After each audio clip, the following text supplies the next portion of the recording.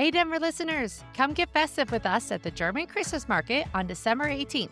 Link in the show notes. And for all the listeners, please share your favorite holiday world schooling memories or plans for the end of the year episode. Take 30 seconds to record with the link in the show notes. Okay, enjoy this week's episode. What capital city with over 8 million people is considered a forest? Tune in to this month's listener locations to find out. Welcome to the Wander World School and Slow Family Travel Podcast. I'm Susie, a travel-loving money nerd, mom of two, and our family lives between Spain and Colorado. On this show, we discuss the stories, logistics, and finances of traveling families and the many ways to learn along the way. Today's episode includes a recap of what our family has been up to this month, listener locations, and tips for exploring that forested capital city from the opening trivia. We also recap this month's episodes, and our deep dive is a special interview with Rebecca Herbst from the Yield and Spread, all about generosity and preparing for Worldschooling, as it's something that her family is considering. But I felt it was very fitting to share this conversation on generosity today, the day of giving thanks. So yes, if you are listening to this the day it releases, that is Thanksgiving in the U.S. I hope wherever you are enjoying a lovely meal with loved ones and sharing gratitude for all that we have. I am incredibly grateful for the experiences and opportunities our family has had this year. More time in Spain, attending my first Camp Fi in Santiago de Compostela, and first FinCon in Portland, Oregon, finally starting this podcast, which has been a 3+ year dream of mine, as well as the amazing conversations I've already had. And, spoiler alert, there are so many great ones to come. I also am grateful that I kicked off my money coaching business, connected with amazing moms in the World School Entrepreneurs Collective, spent time with family and friends in our home base, watched our kids take on new challenges in multiple languages. I'm also very grateful for my husband and his flexibility in shifting his work needs all around the globe. And I'm also very grateful to explore 3 new, to me, countries. That would be Bosnia-Herzegovina, Albania, and Montenegro. Been a lot, and thankfully, this year isn't even over. But before we jump in, how has your November been treating you? I was affected a little bit by the shutdown, but it also means I got to kick off ski season with my family. I'm starting to put together our spring travel plans, which will include the Naples, Italy World School pop-up hub at the end of April. I'd love for you all to join us in Italy if you can. For this long holiday weekend in the U.S., we are currently on a trusted house sitter sit with dogs, cats, chickens, a horse, and a mini donkey up in the Colorado mountains.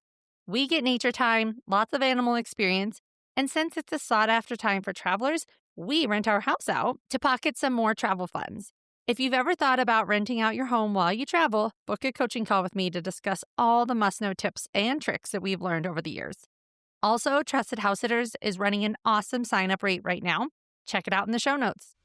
Are you based out of London in the UK, Orlando, Florida, or Dublin, Ireland? I love looking at the listener locations. If you're in Orlando, can you send me a text and maybe we can arrange a meetup the next time I'm there? But this month, we're going to feature London, a perennial favorite among world travelers. And also, it is that city of 8 million people that is considered a forest. The Greater London Tree Canopy covers 21% of the area, which is above the UN criteria of 20% for a forest.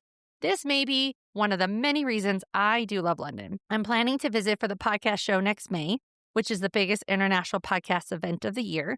I also went last year with a friend for a beautiful wedding at Eltham Palace, which has been a royal residence outside London since the 1300s.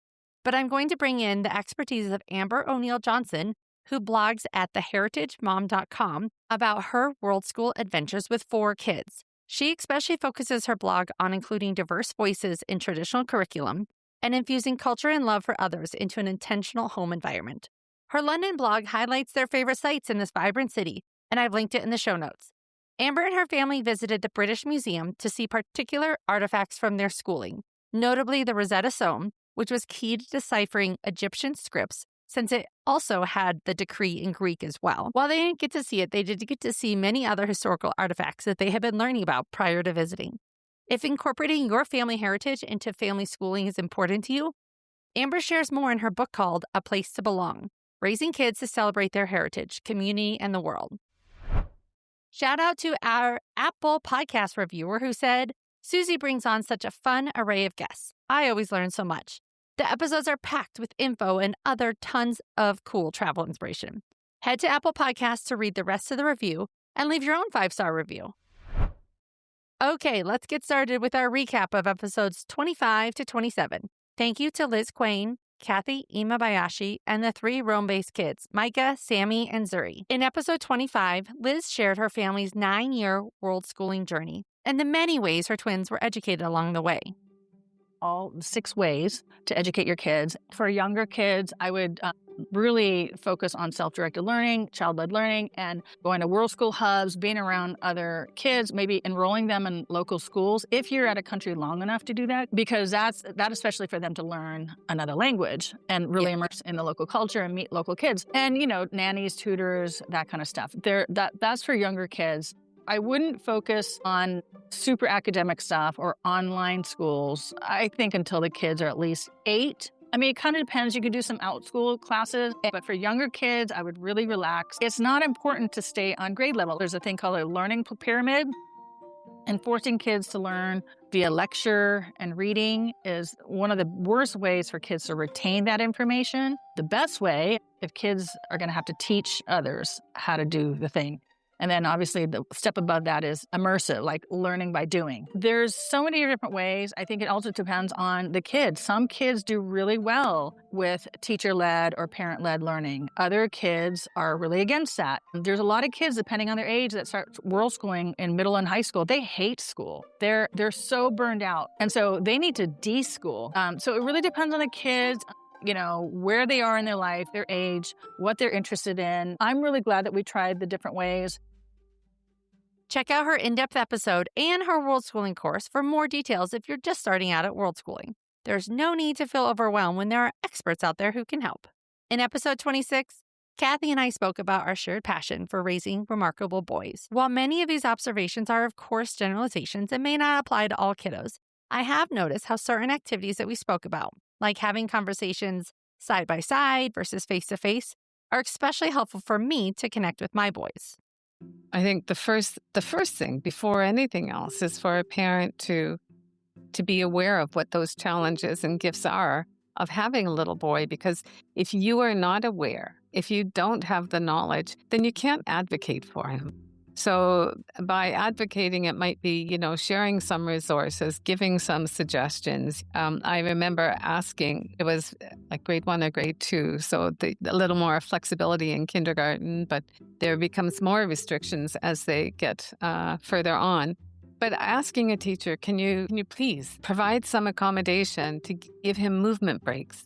Like send him down to, the other class at the end of the school with a note that just says, sign this and send it back to me, so that he can walk from here to there. Or give him a skipping rope and let him stand outside the window and jump. Like just that works sometimes. Some people will accommodate. Some people will get really excited and listen to the information you're trying to share about the different way that they learn and different ways to help them thrive in the system that's not really built for them to thrive in. And then when all of that doesn't work, then it's really you as a parent. Different years will be easier or more difficult. I would say the first thing is as much physical activity as you can fit in there. So leave home, 15, 20 minutes earlier and stop at the park and let them run before they get to school. As soon as they're done school, stop at that park and let them run it off. Expect that they are going to have meltdowns when they get home because they've been trying to hold it together for the whole time they've been in school. Expect that there's going to be some dips in their self-esteem. And because they're not able to do the same that those little girls who are loving and thriving in that environment are doing. So make sure that you plan ways to keep their self-esteem intact. And whether it's spending more time hiking as a family or building something as a family. And the other thing, I have seen a negative impact, like almost 100% of the time, on little boys who spend time on screens. And it's like we are setting them up at home to fail even further in school when that's part of their everyday life. And so those are the areas that we can control. Whether you have boys or not, these tips can help us all support the boys of the next generation. Check out our episode, Book and Coaching for more information. And finally, in episode 27, the RoamBase kids, Micah, Sammy, and Zuri, were such a joy to talk to. Thank you to Aaron for arranging this. Those kids are wrapping up their 11-week hub in San Miguel de Allende. And as a parent, I'm sure we all want to know what our kids think of these experiences. So we are often putting a lot of time, money, and energy into. While we do have the big picture in mind, and we all know that travel is almost always worth it, I hope it's validating to hear from some kids who are just loving their time together. They value slowing down and really experiencing the culture of an area. And if you're looking to start a hub, listen to their ideal Worldschool hub suggestions. How about you, Micah? What would be your dream Worldschooling opportunity? So it's in Greece, but also in Turkey, but also in Rome. It's a traveling one. I know those exist where you go with a group of families and then you travel to another location with them and then travel to another location with them. I want to do something like that. And I'd want to be focused on mythology of all those different places and the different versions of mythology of the same myths. That would be so cool. Would people be in their RVs, or would it be something where you would stay in one city for a while and then just move between the cities? I think we would have kind of like we do here, where we have a certain neighborhood that everyone gets to stay in, and we would have designated neighborhoods in every place, and we would have them book every place in advance and go to them together. Very cool. What is your favorite subject to Worldschool? Archaeology or mythology? Yes, that makes sense with your wanting to go to Greece and Rome. How about you, Sammy? My favorite thing to learn about is the culture. I love learning about the culture in any country I go to and its history. How about you, Zuri? I think the language. I try to learn as much of the language as I can. That's great to go to Spanish-speaking countries and practice. Check out their episode for more insights from these awesome Worldschooling kids. And check out Aaron's info for where RoamBase is headed next. Now for our deep dive, all on generosity. Thanks to Adobe Podcast for hosting the recording studio at FinCon in Portland this year, where this conversation was recorded. I met Rebecca in a session and we quickly bonded over family travel and giving back. I love the work she is doing in the financial independence community about charitable giving. There is so much to this conversation. This time of year, it is especially important to express our gratitude for all we have and extend our good fortune to those around us and around the world who may not be as fortunate. While you're listening to my conversation with Rebecca, I encourage you to think about what generosity in your family travel and your Worldschooling looks like. There are so many ways to give back. You can donate time, money, resources. Like I mentioned in my conversation with Rebecca, there are certain organizations that are especially in need of funding right now with the shifting political landscape that you might consider incorporating into your monthly budget. Okay, let's get to know Rebecca.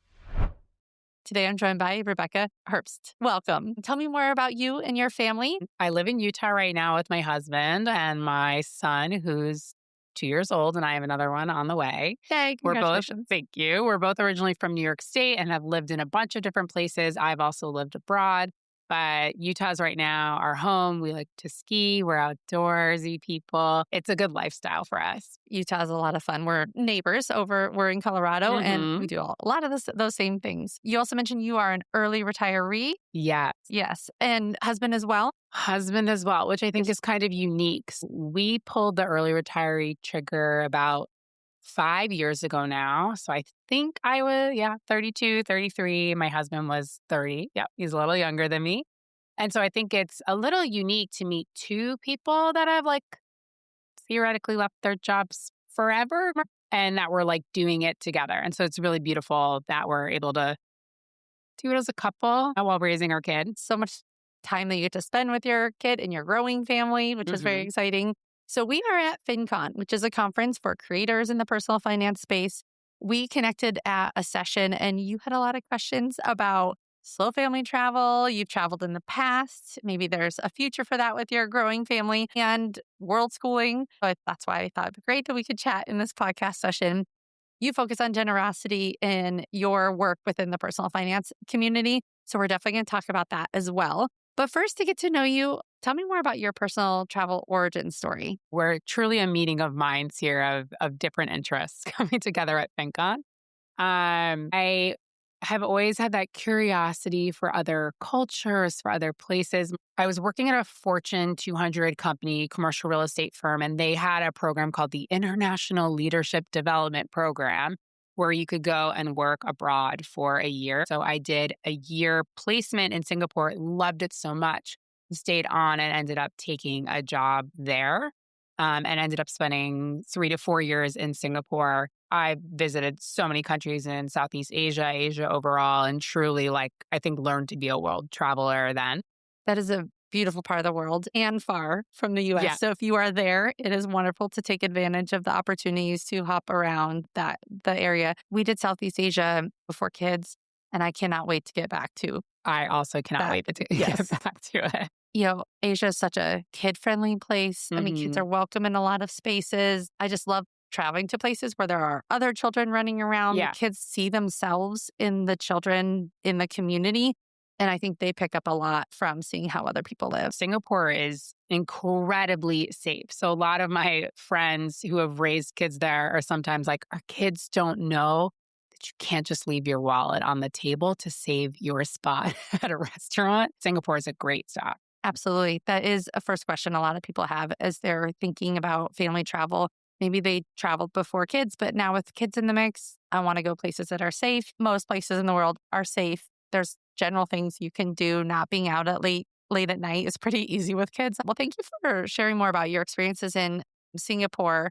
You also were like, okay, you've done some world schooling. You've lived half the year in Spain when we were first talking. What questions do you have about world schooling or being able to live abroad in the future? Right. I'm a total newbie here and I know nothing. And so the way I think I originally presented my question to you is, I have always had this dream of living a dual city lifestyle. And that could be anything. I live in northern Utah where the Rockies are. So the winters are amazing. I love to ski. The summers, no, thank you. And so summer is an obvious one because if my kids aren't in public school, then okay, we can disappear for July and August or June and July. But what about the other times? Like, how do we handle schooling and very specifically stability? Yes, I'm living like this wonderful early retiree lifestyle now with a 2-year-old, and we can take trips whenever we want and take whatever plane rides we want. But at some point, my son's going to enter school and we're going to be stuck in a way that I have not experienced in a while. So my question to you is really like, how can we provide stability without feeling like I'm just going to homeschool my kids? Those are my options, like public school or homeschool. Yes. And get the flexibility. I love this question because it brings up so many opportunities. For one, when you do have younger kids and you know what daily life is like with a toddler. And when you travel with a toddler, it is not a vacation. It is just parenting a toddler in a scenic location. There is a lot of flexibility, though, to traveling with younger kids when you're well before the school age. Those are the years during the pandemic when I had like a baby and a toddler. And so I don't totally miss that we didn't get to travel a ton then because I was happy being home with like not sleeping. But I have met a lot of people who travel with kids that age. And this is where slow travel comes into play. Like you can imagine, I'm going to one location for 2 months or whatever time frame feels right for you and your family. But I would say longer than two weeks, let's say. You can bring those comforts from home. Your daily schedule is built around naps or whatever routine is comfortable for you and your family. And then when you're out at the playground, it's not just the playground down the street. It is like hearing other languages or seeing new things. When my kids were 2 and 4, we did 2 months in Canada. So drove up, brought all the comforts of home and got to see a lot. And I actually wish we had slowed down and just been to like 1 or 2 places. So I think it's about being creative with what feels right for you and your family and also bringing some of those comforts from homes, keeping those routines, keeping the foods that they like accessible as they start to get more picky, which they will, unfortunately. I think that is one aspect of it is taking advantage of whatever season of life you're in. And then as you approach school age, the benefit of traveling with school age kids is that there's a little bit more independence. They can carry their own things. We are down to like 2 booster seats instead of like a giant suitcase full of car seats. And it is so freeing to have less things, while still being able to travel and see the world. If we're on a bus or a public transit, I don't feel as worried about them sitting without a safety harness, let's say. So there's a lot of freedom to that. But world schooling can look like whatever is interesting to you and your family. I do encourage, even when you're in your like home base, what are some like foods we can incorporate? What restaurants or cultural festivities we can go to that aligns with maybe Asian culture, because you have a couple years of that as a reference point, or one's totally outside of your comfort zone. So there are ways to world school in your home country. We listen to a lot of culture kids podcasts is my favorite, and the kids love it too. Sometimes they're not feeling podcasts, but I listen to those in the car, different countries. I'm like, wow, that was a whole episode about chocolate in Guatemala, and they do a wonderful way of creating a very welcoming space. Documentaries that sometimes if we do watch TV, one of the favorites that we watched growing up was Dangerous Ways to School. So there's a lot of different ways to just bring a global mindset into even a home base. And then when we take it into the travel world, it's really about finding whatever works for you. There's drop-off hubs that you could do 2 or 3 weeks in the summer. There's no criteria, let's say. But I think it's just a different way of thinking about trip planning.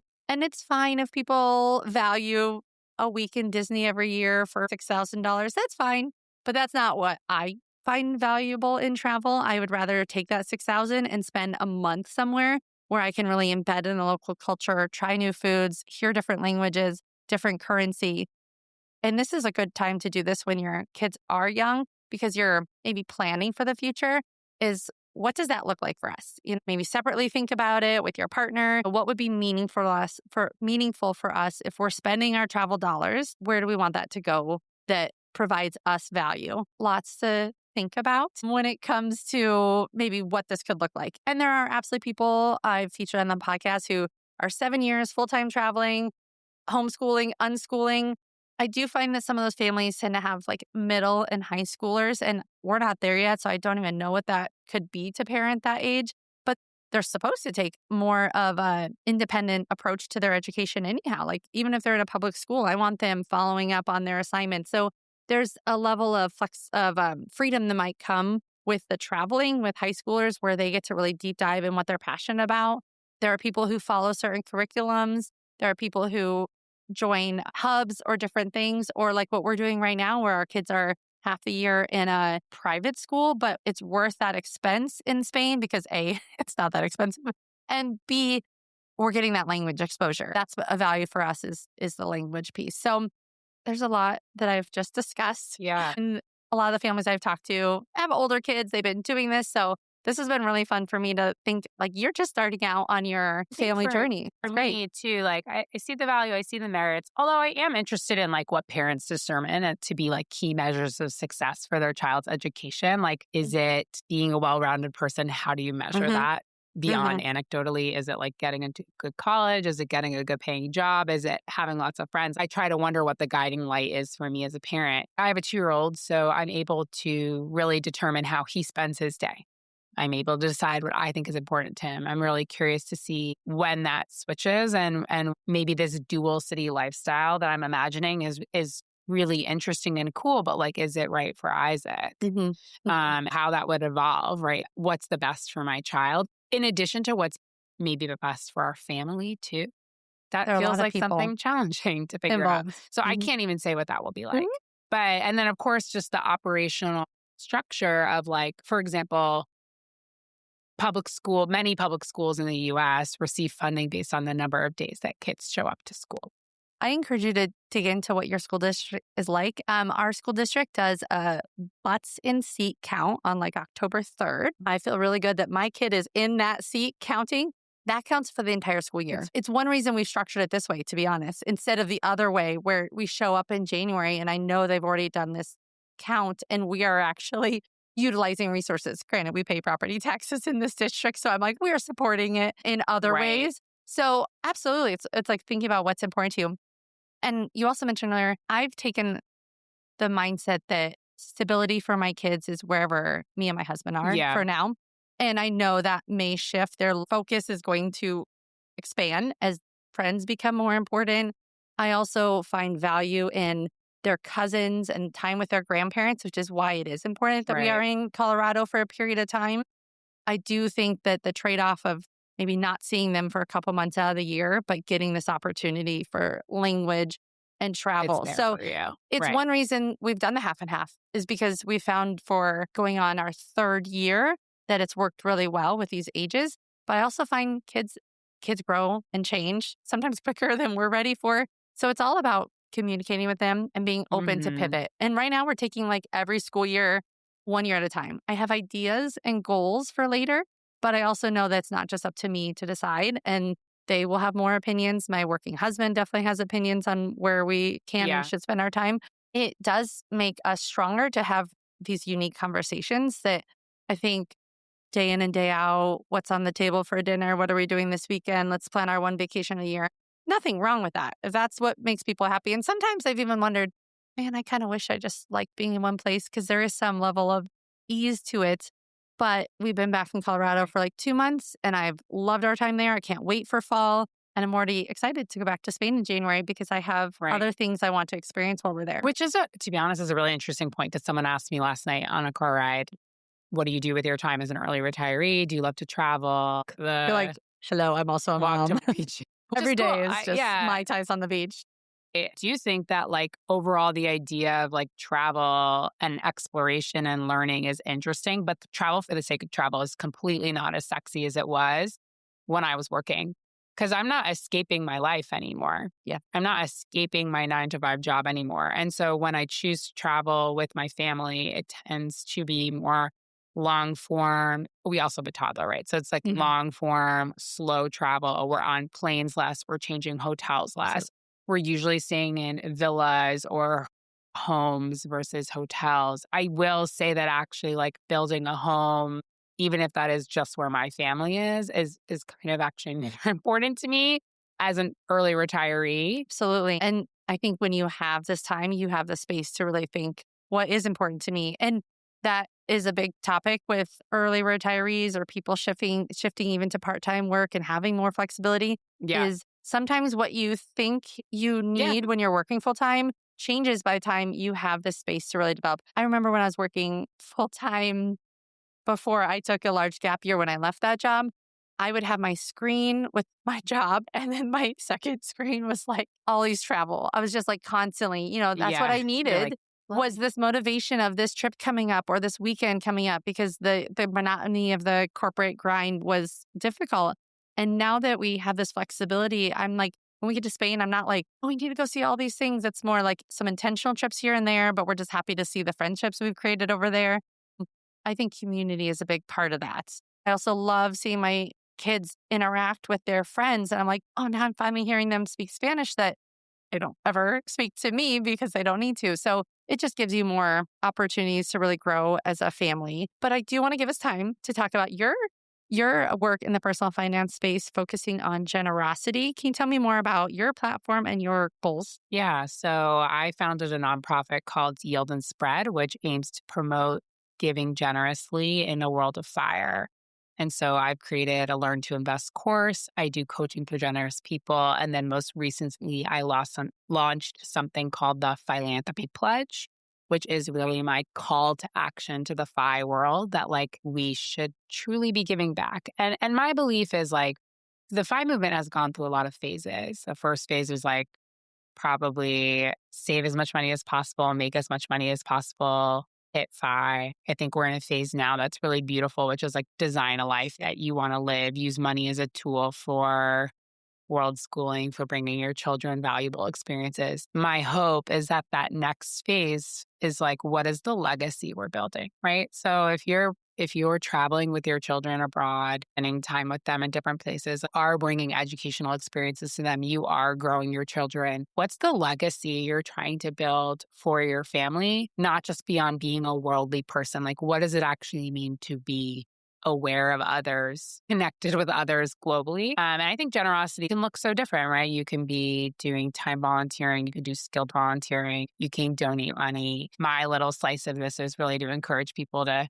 try to figure out how, after so many years of wealth accumulation, how do you begin to give some of that away while maintaining your financial stability, right? And how to choose charities, how to think about your plan as a family, and just to really celebrate those that are like helping others. Like I want to celebrate you guys. I want to put you on a pedestal, and I want to show others that like we can normalize this, we can publicize this. So that's been what's going on the past 5 years. No, it's beautiful work and important work to bring that into the conversation.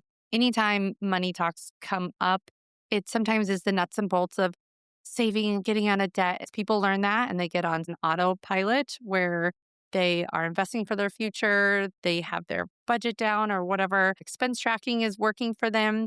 And then we call it kind of the boring middle as you're working through that. I find that to be a good spot to then start to incorporate that thinking around legacy. Like at some point, I'm going to reach this goal. What next? And for us, even though we were actively saving, we had a goal for charitable giving. And like in Colorado, there are some organizations that are just really important to me. There's been a lot of shifts in funding for things that I'm like, we have the means to support this. And that's been important to try to flex that muscle before we even reached a point of financial independence. But do you find that sometimes people struggle to create that as part of their habits? Yeah. I mean, I struggled, right? I spoke at a Camp Fi, and like the opening story that I brought up was, I don't know if you remember, towards the beginning of COVID, there was like wild Australian bushfires happening, and the pictures were just horrifying. And I remember sitting there in my kitchen and just being so, I don't know, it was just this pivotal moment. There's a lot of horrible things that happen all the time, but it was just this pivotal moment of me. Like I was looking at this donation page and being like, should I donate? Do I have enough? And I was like sitting on $1 million nest egg. Of course, I have enough to donate some money. When you've spent years and years and years working so hard to save money, accumulate wealth, you're constantly being told, by the way, you're not Fi yet. So you're really adopting this mindset of like, I'm not there yet. It is very, very hard to switch from the scarcity mindset to an abundance mindset. At the same time, it's also really hard to like start going to the gym if you've never been going to the gym before. So what do you have to do? You have to take baby steps. You bring up a great example of like, okay, you've reached financial security. Let's start building this habit now so that I don't hit 70 and a half years old and like just expect to make all these qualified charitable distributions from my retirement portfolio when I've never given any money before. I've never gone through the process of exploring what charities I want to give to. I've never gone through the process of deciding what type of assets am I going to donate. Am I going to donate cash? Am I going to donate appreciated stock? Am I going to create a DAF and I'm going to donate from that? Right? So you've never done all these things. It's going to feel really hard. So I try to think of like little challenges or things that we can do. And also with the Fi-lanthropy Pledge, I'm like, this is the call to action. So the classic pledge is 10% of your income for the rest of your life. And it's a percent number because you're scaling, right? So if you're making a lot of money now, but the next year you're not making a lot of money or you hit financial hardship, it needs to scale with what you're able to donate. 10% is an easy number to understand. But it's also big. Like that's a big commitment, right? I've been doing it now for a while, so it doesn't feel like a big commitment. But if you've never done it before, it will. And it did to me at the time of these bushfires. So there's also like a trial pledge where you can take the percent that you choose for a given amount of time. So I'm going to try a 1% pledge for 6 months. So what does that look like? Let's just say you're making $60,000 a year. What's 1% of $60,000? $600 over the course of the year. That's $50 a month. $50 a month. There's a chance that you're already donating. Like there's a chance that you're donating to your friend's marathon fund. There's a chance that you're giving to your local food bank. Like you may actually have taken the 1% pledge without knowing.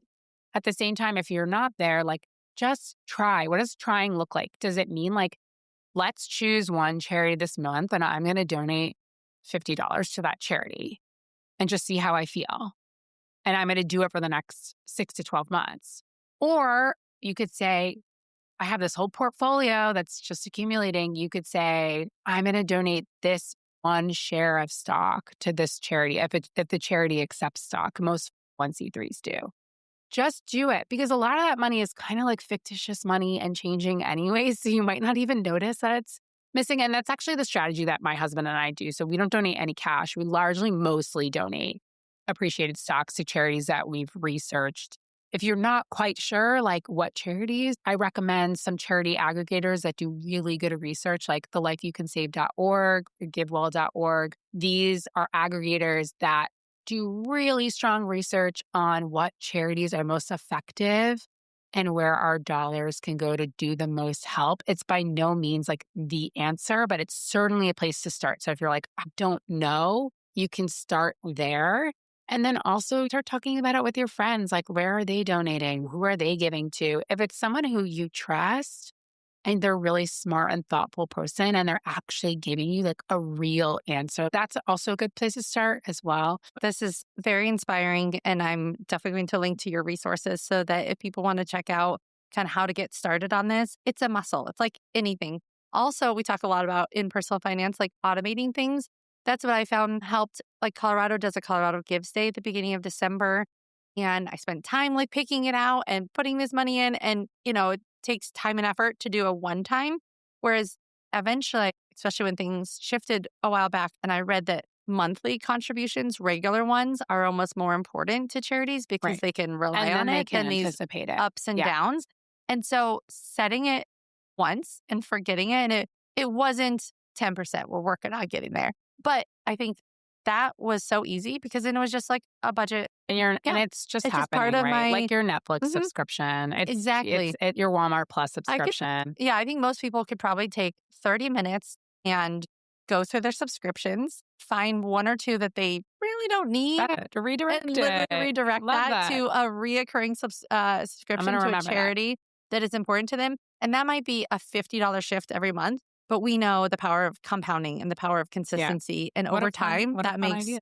So there you go. We'll end on that as the tip for you. If that's something that you're interested in, is being able to give more, is where can you start small and build that muscle up and continue to look into resources like yours to help you feel more confident in your generosity and your giving. And maybe someday we'll do another conversation around what generosity could look like if people are traveling or world schooling. This has been so fun to meet you here at FinCon. I can't wait to keep hearing more about the good work you're doing. So thank you. Thank you for listening through this journey with me. What are your thoughts? How have you or will you give back in your world schooling adventures? Share it with me and send us a text link in the show notes. And as a reminder, please use the links in the show notes to support this show. Until next time, stay curious and keep exploring. That's a wrap on today's episode. If you enjoyed it, please do me a huge favor and tell a friend or traveling family about the show. And hey, don't miss out on bonus content, behind the scenes, and more on Instagram, Facebook, or Substack. Thanks for tuning in. Go send this episode to a friend. See you next time.